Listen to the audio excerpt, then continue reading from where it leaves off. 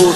Enciende ese foco que ilumina este loco que porta una enorme cruz hecha de lágrimas, astillas, poemas incompletos, de frágiles promesas que se fueron con el viento. Manchado de machado, relleno otra hoja, pura calma que me salva de que un mal día me cruja. En la mente hacer de la vida una letra, el subconsciente en cambio vuela libre como una cometa. Sigo observando lo que fuera está pasando, hombres que por oro y tierra aún se siguen matando. Seguimos envidiando a aquel que sonríe en su yate, incapaces de ver más allá del escaparate. Yo propongo mi bomba verbal contra su atómica, tu estilo contra el filo de esta rima matemática que descubre siempre lo oculto, improvisando, redactando, caminando entre el tumulto. Who the hell do you think you are?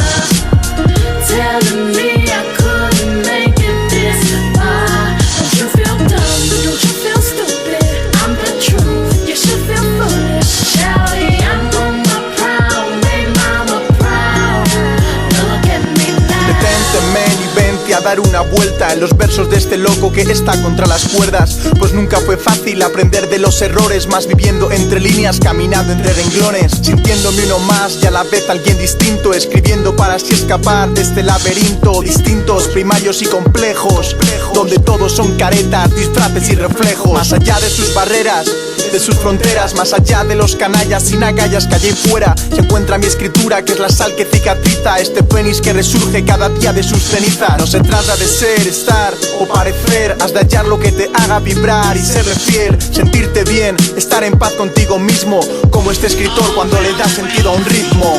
Who the hell do you think you are? Telling me I couldn't make it this far. Don't you feel dumb? Don't you feel stupid? I'm the truth, you should feel foolish. Shelly, I'm on my proud, make mama proud. Look at me now.